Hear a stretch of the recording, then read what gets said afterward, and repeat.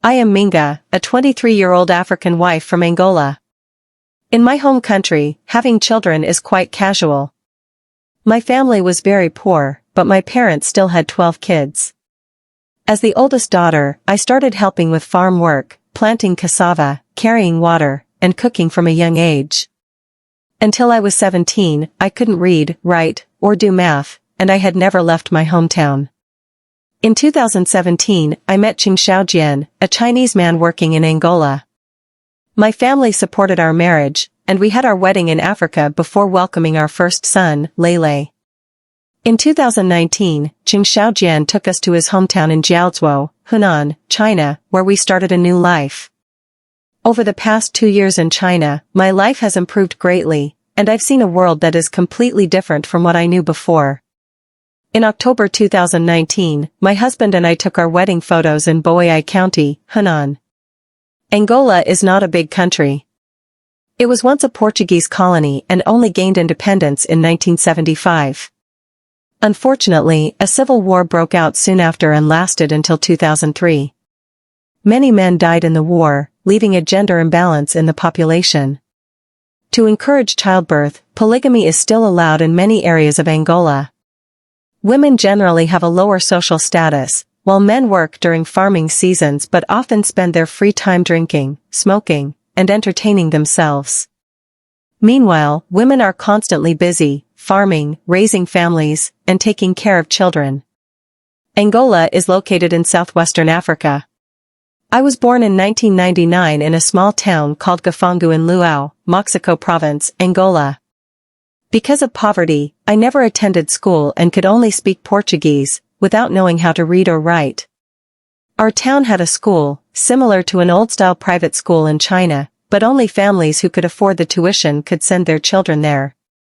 Poor families had no choice but to repeat the lives of previous generations. Boys started farming and looking for wives at 17 or 18, while girls married young. Out of the 12 children in my family, not a single one attended school.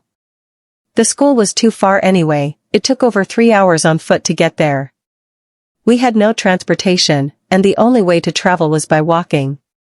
Poor families walked barefoot, while wealthier ones could afford shoes. In our village, there was no running water, no electricity, and no paved roads, just dirt paths formed by people walking. Even now, most houses are still made of mud bricks with thatched roofs, built using traditional methods passed down from our ancestors. This is my older brother. Behind him is a typical rural house in our village. Most poor families live in homes like this. Angola has abundant oil resources, and the government worries that private wells might cause oil leaks. Because of this, many areas do not allow people to dig wells. To help my mother fetch water, I had to wake up before dawn and walk 4 kilometers to the river. We locals are used to balancing water buckets on our heads to save energy. When I got tired, I would scoop up some raw river water and drink it. By the time I carried the water home, the sun was already rising. Cassava is the staple food in Angola. During the planting season, I carried bundles of cassava branches on my head to the fields. The land was plowed in advance, and I helped by chopping down dry trees and burning them for ash, which we used as fertilizer. Then, I planted each cassava branch, covered it with soil, and watered it. Once the cassava matured, I dug them out, and my younger siblings carried them home to serve as food for the coming months. My parents were ordinary Angolan farmers. My father often fished in the river and hunted in the mountains, selling whatever he caught by the roadside in town. Hunting didn't bring in much money, so my mother saved every little bit to buy essentials like oil, salt, and second-hand clothes. My parents weren't lazy, they worked hard to provide food and clothing for us, but they didn't know how to make a better living. Some families in our village were wealthier. They lived in better houses, owned motorcycles, had mobile phones, and could afford imported candies, luxuries we could only dream of. We didn't even own a clock. The only way to tell time was through natural signs. The rooster's crow meant it was around 5 a.m., time for me to fetch water. Sunset meant it was around 7 p.m., time for me to cook cassava for dinner.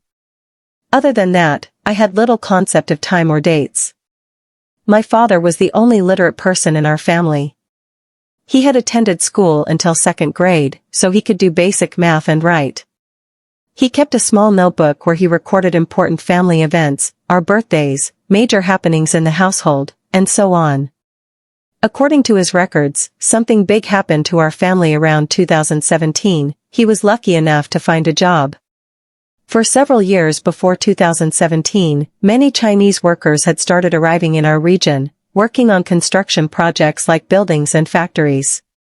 For safety reasons, Chinese companies preferred to hire local men as security guards. My father became a security guard, and the person he was protecting was none other than my future husband, Cheng Xiaojian. This is my uncle. Cheng Xiaojian hired both my father and uncle as security guards while he worked in the forests cutting down trees. According to my father, Cheng Xiaojian had a tough time working in Africa. He first arrived in Angola in 2014, working on construction sites. After his contract ended, he was introduced to a logging job but was scammed. He worked hard for 6 months without getting paid. With help from the Chinese embassy, he managed to recover only $200. He wanted to return to China, but that wasn't enough to buy a plane ticket, so he had no choice but to keep working. He tried farming, worked as a security guard, and eventually returned to logging. This time, he found a good Chinese employer who paid him $1,000 per month. Logging required him to enter deep forests, where unfamiliar geography and local customs made it dangerous. Through a friend's introduction, Cheng Xiaojian found my father and uncle. He paid each of them $40 a month. That was already a high wage in our area, so in my father's eyes, Cheng Xiaojian was like a savior. My father felt that Cheng Xiaojian must be lonely, working so far from home. When he wasn't working, my father would invite him over to our house to drink homemade corn liquor. One time, after drinking happily, Cheng Xiaojian joked in his not-so-fluent Portuguese, "You have so many kids, how about I take one back to China?" As he spoke, he looked at me. My father wasn't sure if he was serious but laughed and replied, "Sure." My father told me that Cheng Xiaojian was from Hunan, China. He had divorced his first wife due to long-distance separation and infrequent visits.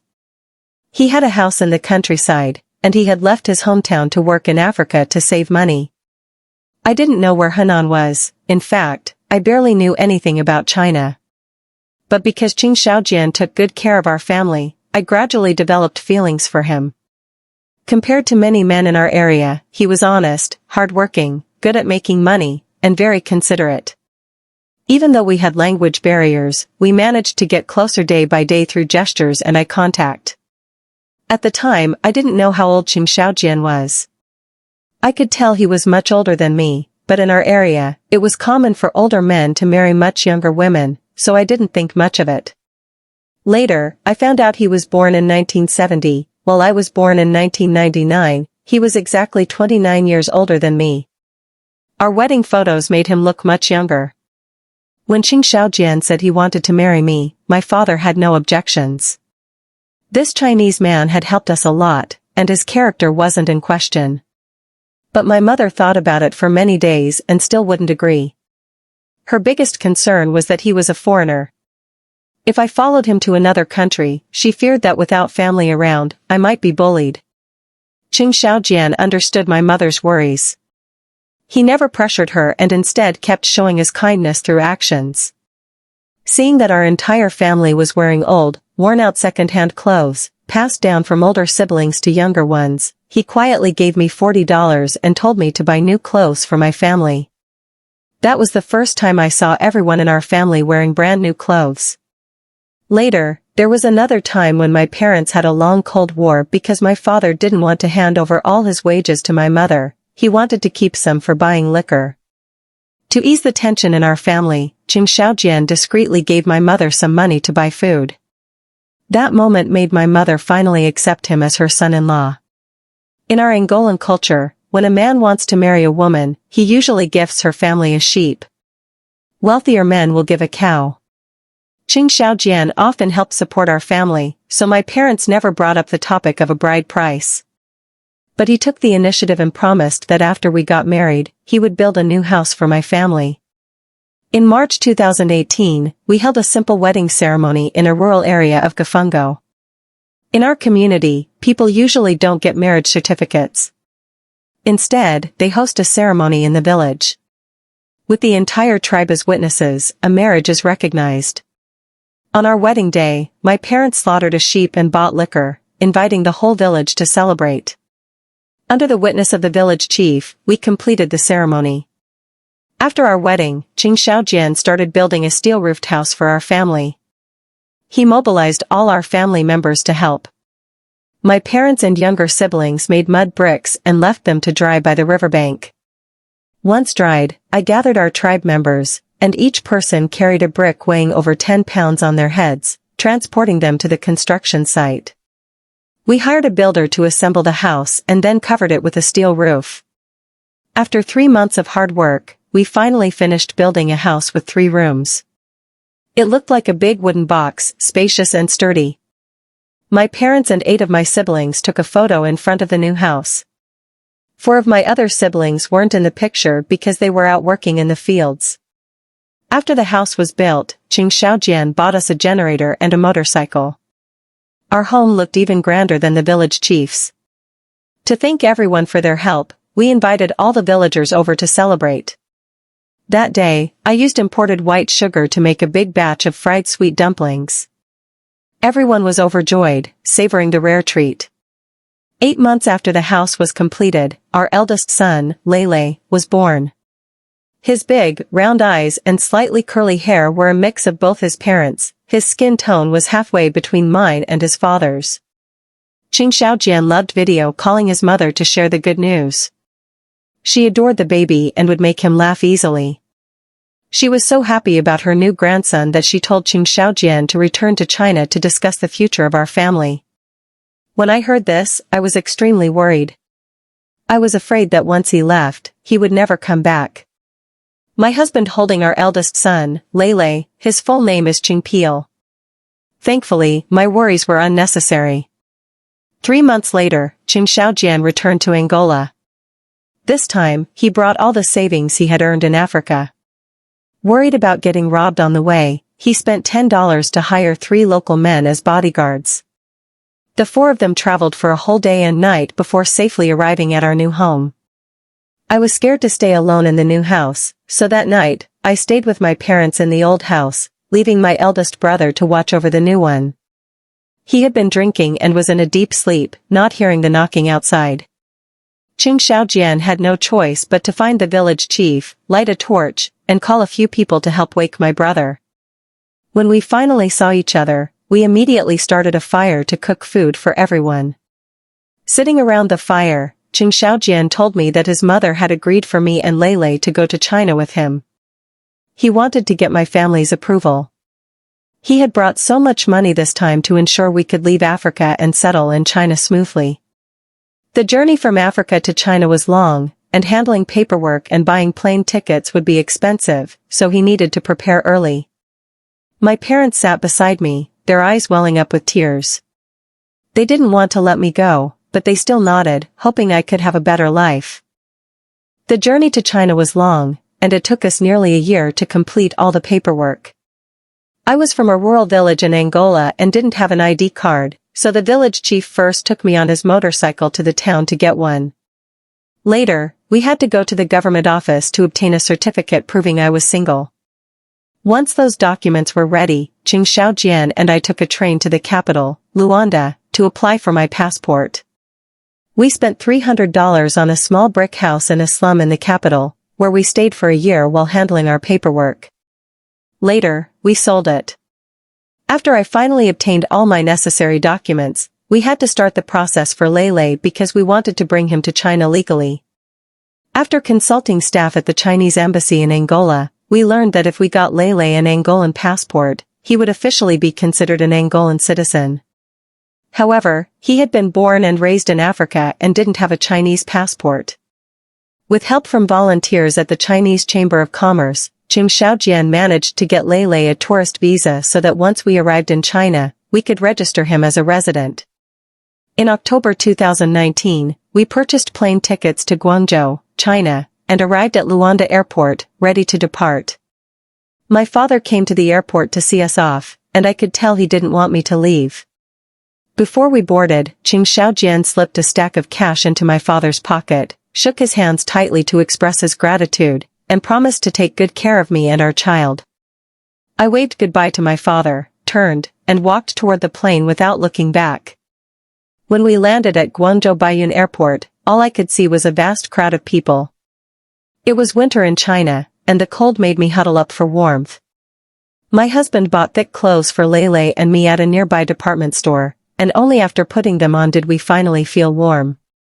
We didn't stay long in Guangzhou. Soon, we boarded a high-speed train to Hunan. These thick clothes were the first I had ever worn. In Angola, I had never needed warm clothes before. As we stepped out of the Jiaozuo train station, everything looked even more foreign to me. Everyone around us had black hair and yellow skin, unlike in Guangzhou, where I had at least seen some Africans. People were shocked to see me. As we waited for a ride, a group of students jogging nearby, along with passers-by waiting for the bus, all gathered around, staring at me. They only dispersed when we finally boarded a bus. The next day, Cheng Xiaojian took me to Boei County to buy beautiful clothes, and then we went to the best photography studio in town to take our wedding photos. The stylist braided my hair into African-style dreadlocks and chose a pure white wedding dress for me. Since foreigners were rare in this county, the studio decided to waive the fee, asking only for permission to display my photos as an example in their shop. Back in Cheng Xiaojian's village, the locals also found me fascinating. Even though I couldn't understand what they were saying, I could tell by their facial expressions whether their words were friendly or not. Over time, I got used to this place, and the villagers gradually got used to me too. There were many young women around my age in the village, and I loved making friends with them. Sometimes, I would ask them to teach me simple words in the Boei dialect, and little by little, I began to understand and speak a bit. At home, I learned how to stir-fry vegetables, make pancakes, steam buns, and grill skewers. Dishes like scrambled eggs with scallions and stir-fried garlic shoots with pork, I only had to watch my mother-in-law cook them once before I could make them myself. I also learned how to ride an electric scooter. At first, I rode slowly, but once I got the hang of it, I went too fast and once even crashed into a neighbor's field, accidentally crushing their vegetable seedlings. I had to visit them personally to apologize. In Hunan, I saw snow for the first time in my life. Back in Africa, I had worn short sleeves and sandals all year round and had never seen anything like white sugar falling from the sky. It felt cold to the touch. Lele was also thrilled. He loved playing in the snow with me. That winter, I wore a bright red outfit. Back in Angola, I had never seen clothes this thick before. In May 2020, I gave birth to our second son, Payan, in Jiaozuo. After having him, I weighed 60 kilograms, and when I measured my height, I realized I had grown a few centimeters taller than I was in Africa. Since coming to China, I had been eating well and living happily. Unlike before, when I had to work every day, now I only needed to do housework, take care of the children, and had plenty of time to enjoy myself and dress up beautifully to go shopping. The only thing that worries me now is the financial burden on our family. I don't have a job, so we rely solely on my husband's income from construction labor. Last year, he gave the 3-story house in the village to his eldest son from his previous marriage so he could get married. As a result, we had to move to another village and rent a house for $200 a year. My husband wants to buy a plot of land here for $7,000 and rebuild the old house, saying it would be a good investment. I worry that taking on more debt would be too much for us, so we argued about it. The village we live in now is 15 kilometers from the county, and most of our neighbors are elderly.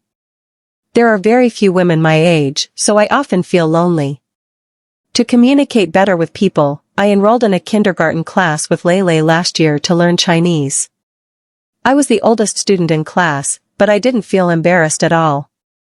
Learning was an opportunity, and I was happy to take it.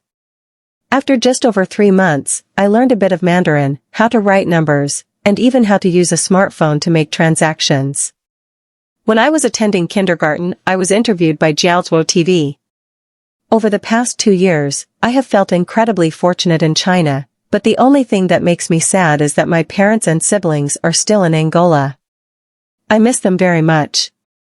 One day, I came across a TikTok video of an Angolan girl who had married a Chinese man in Zhejiang. I asked for her number, and now we often chat in Portuguese on our phones. Sometimes, when I feel bored, I think about finding a job. However, since I'm a foreigner married into China without a Chinese ID, it's hard to find work. Plus, I have no formal education, and I worry employers wouldn't hire me. A while back, my husband borrowed over $10,000 to pay for medical treatment for his elderly family members. Over the years, he worked various jobs to pay it off, and now we only have about $1,000 left to repay. In the future, I hope we can save enough money to buy land and build our own house, decorating it beautifully. And if we could afford our own car one day, that would be even better. Our eldest son is already 5 years old. He loves learning and is not only studying Chinese and recognizing characters but also speaking Portuguese, our native language. I believe my role is to take good care of him and our younger son. When they grow up, I am sure they will find good jobs and help our entire family live a better life.